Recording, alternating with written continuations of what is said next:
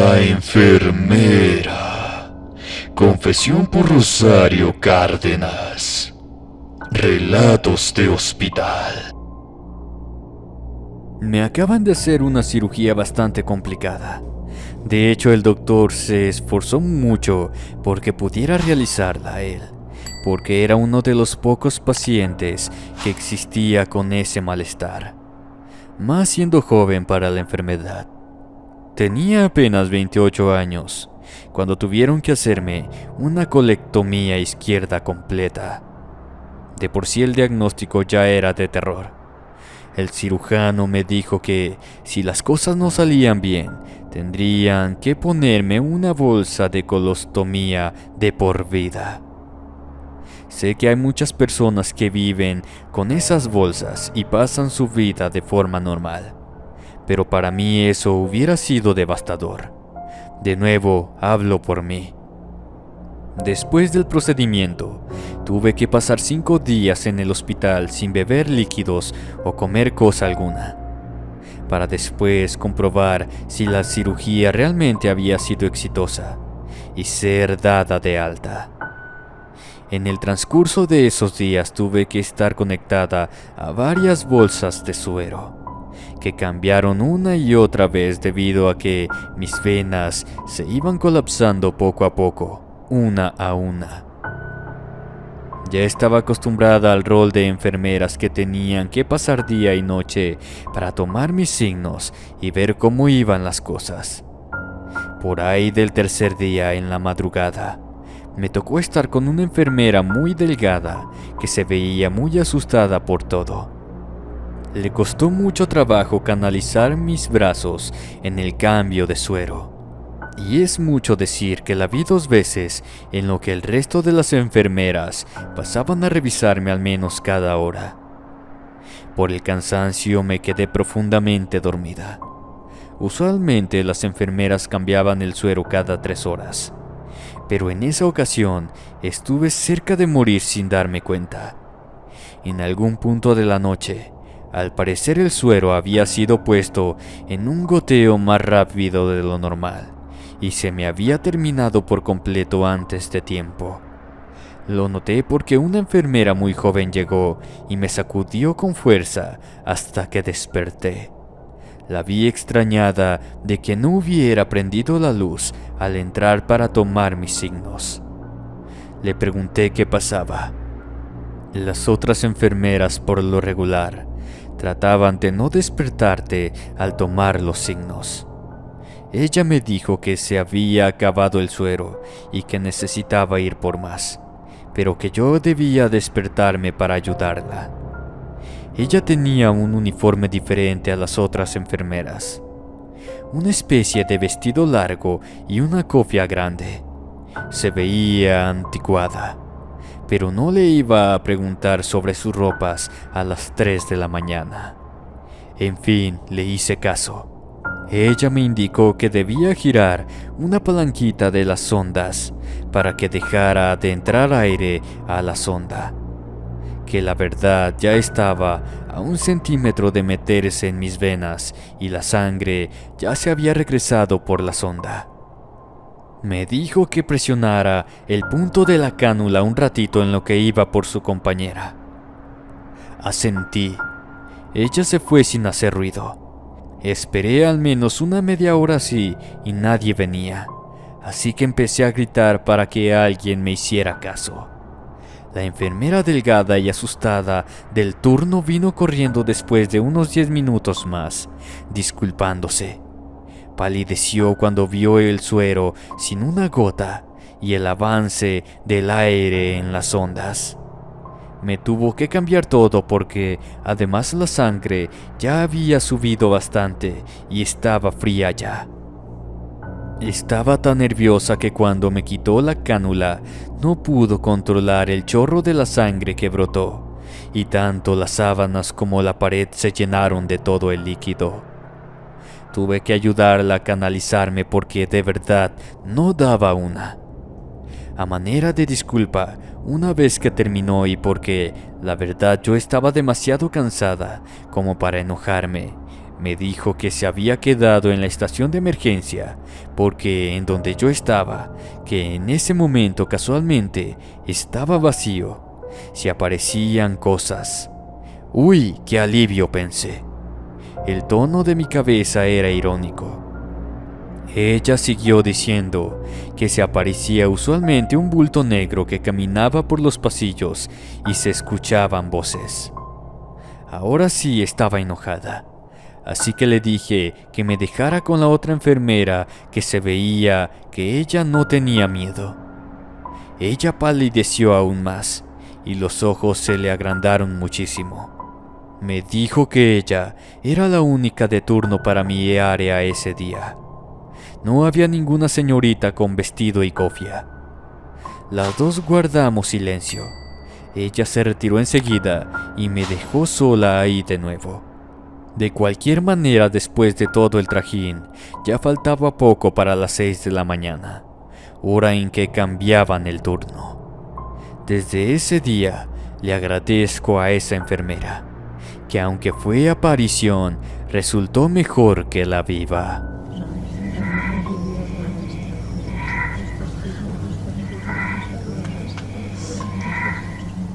La monjita. Confesión por Carlos Díaz. Muy buenas noches.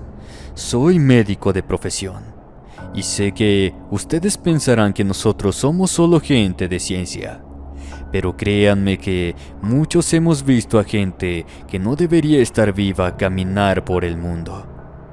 A casos desahuciados vivir años más allá de su expectativa de vida, y a gente que parece tener una salud de hierro morir en un parpadeo. Todas esas cosas superan la explicación racional. Como muchos centros de salud, el hospital donde yo trabajo era antes un convento. De hecho, aún tiene una capilla al lado que está abierta a los familiares y trabajadores para buscar un poco de resignación en el día a día.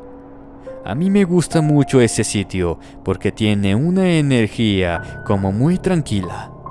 La mayor parte del tiempo la tiene.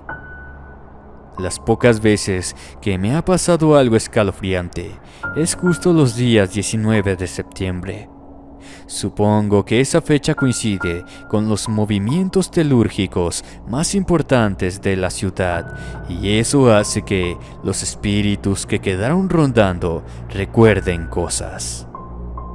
Recuerdo que la primera vez que vi a esa cosa fue en una de esas fechas. Eran como las 5 de la mañana. Aún no amanecía, pero yo ya iba a terminar mi guardia y quería un tiempo de descanso. La noche había estado tranquila y ese era el lugar perfecto para esconderme unas horas del trajín constante del hospital. Me extendí en una de las bancas para estirar las piernas y traté de cerrar los ojos. La capilla estaba iluminada pero de forma tenue. Antes de que pudiera dormir un minuto, escuché un ruido muy quedito al lado de mi cabeza. Pensé que era una persona que venía a rezar, así que me dio pena y traté de pasar desapercibido. Me bajé de la banca al suelo y entonces vi lo que pasaba por ahí. No era una persona. No puedo describir exactamente cómo era. Lo más cercano que les puedo mencionar es que parecía el dibujo de una persona que alguien ha medio borrado en una hoja de papel. Era como ver líneas sobre un montón de niebla oscuras que simulaban un rostro, una espalda, un vestido.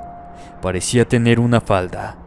En fin, esa aparición iba rezando. No sé exactamente qué, porque no se le entendía, pero repetía los sonidos una y otra vez. La sangre se me bajó al estómago y no me podía mover del miedo. Pasó un tiempo que a mí me parecieron horas, y cuando ya no escuché ningún ruido, salí corriendo de ahí tan rápido que choqué de frente con el guardia de seguridad. Era don José, Un señor de unos 60 años pegándole a los 70. Ya estaba por jubilarse. El hombre me detuvo un momento porque me vio muy asustado. Me preguntó qué pasaba. Cuando le expliqué, se dio media vuelta junto conmigo derechito a su caseta de vigilancia. Me dijo muy asustado que seguro era la monjita del hospital, que seguramente andaba dándose sus vueltas por ahí y que mejor ni me acercara hasta que amaneciera. Ya no le quise preguntar nada ese día, pero en mi guardia siguiente fui otra vez a la capilla y noté una plaquita a un lado de la puerta que decía que esa capilla se había levantado en honor a las monjas del convento, que en uno de los tantos temblores de la ciudad prefirieron dejar la vida sacando enfermos del hospital que dejarlos a su suerte. Procuro siempre prender una velita cuando voy a empezar mis guardias desde ese día. Espero les haya gustado mi relato. Muchas gracias.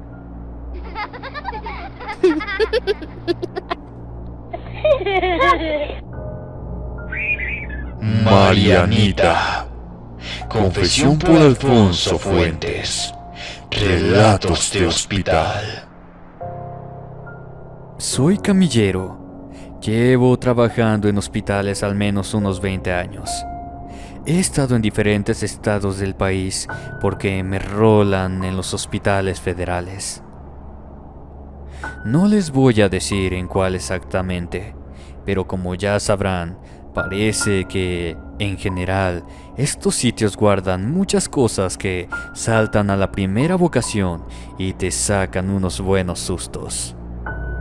Si no están familiarizados con el servicio médico, les diré que los camilleros formamos parte muy importante de un hospital. Nos dedicamos a mover a los pacientes y ello requiere un entrenamiento específico.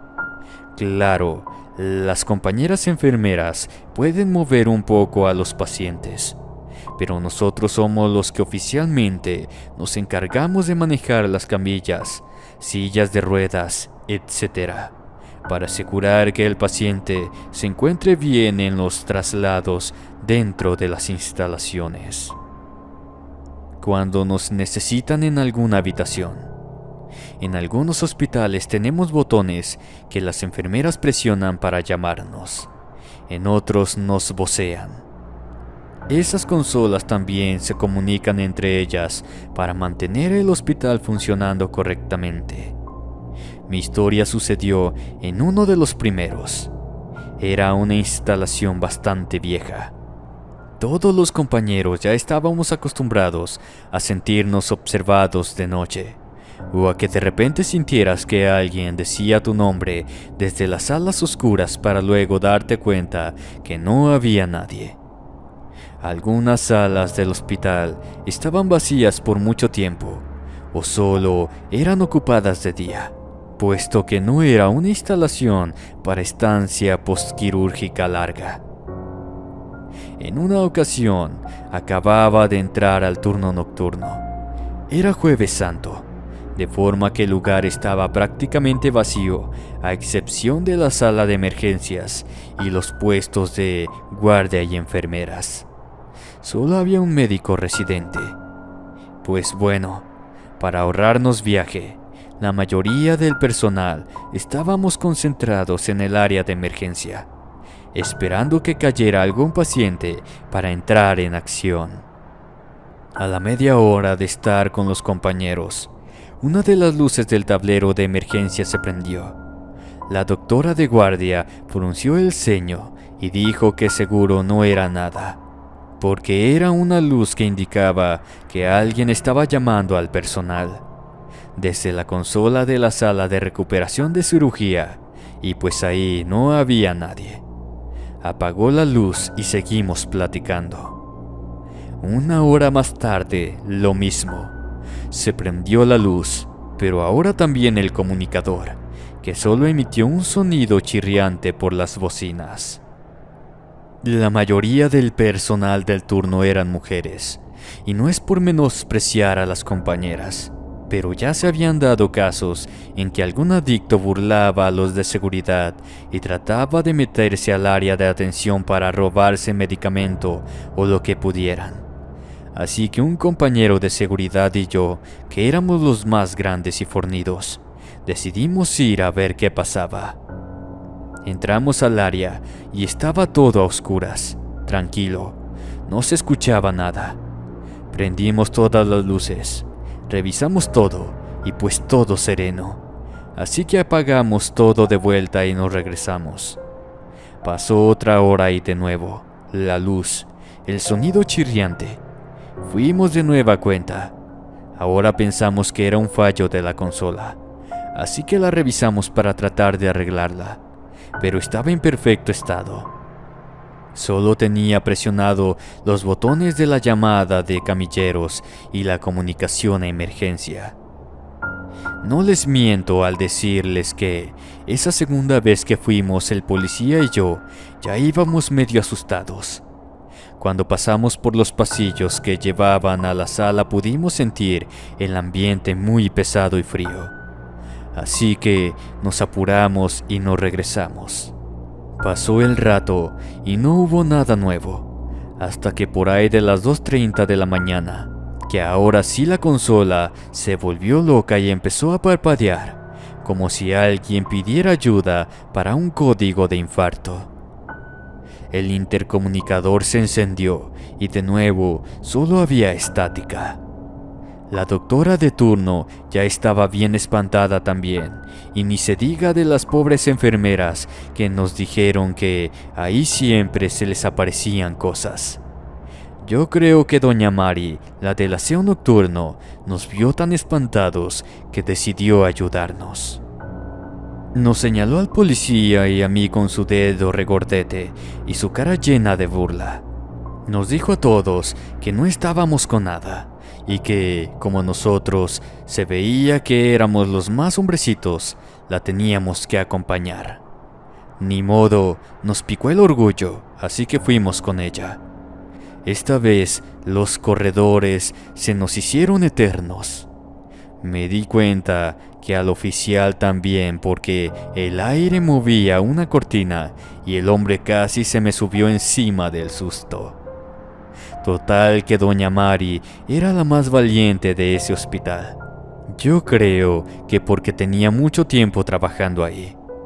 En cuanto llegó a la sala, prendió las luces, presionó los botones de la consola y gritó en voz alta.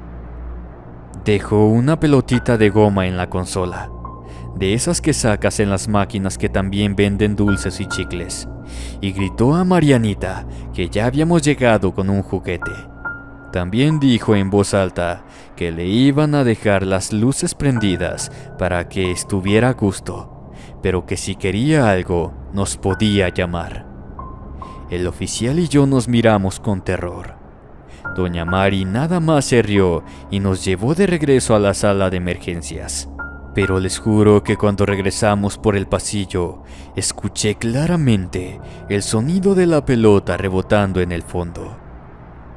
Cuando le pedimos explicación a doña Mari, ella solo dijo que hace años una niña murió después de una cirugía y poco después empezó a pasar eso por las noches. Una paciente que había estado por ahí esos días le dijo a ella y a las enfermeras que el nombre de la niña era Marianita y que se sentía muy sola. Por eso llamaba a las enfermeras, doctores o camilleros para que fueran a verla. A una de las doctoras se le ocurrió dejar siempre las luces prendidas cuando no había gente en la sala. Y otra, poco después, le llevó un juguete y lo dejó en la consola. Ya después de eso las cosas se calmaron. Cada tanto las personas que sabían de la Marianita lo hacían. Pero como esa vez habían tocado guardia con poco personal y muchos eran nuevos, pues no estaban aterrados. Después de ese día, la temporada que pasé en el hospital, siempre procuré dejar la luz prendida. A mí nunca más me tocaron sus travesuras, pero sí escuché a otros compañeros que la pasaban muy mal porque ese día no hubo un alma caritativa como Doña Mari que les dijera el secreto de la fantasmita. Amigos que nos escuchan del otro lado de la pantalla, cuéntenos en los comentarios qué opinan al respecto de estas aterradoras historias de hospital. Si tienes algo que contar, por favor haznoslo llegar a través de nuestro correo electrónico inframundorelatos@gmail.com. Me despido no sin antes desearles dulces pesadillas, buenas noches y hasta la próxima.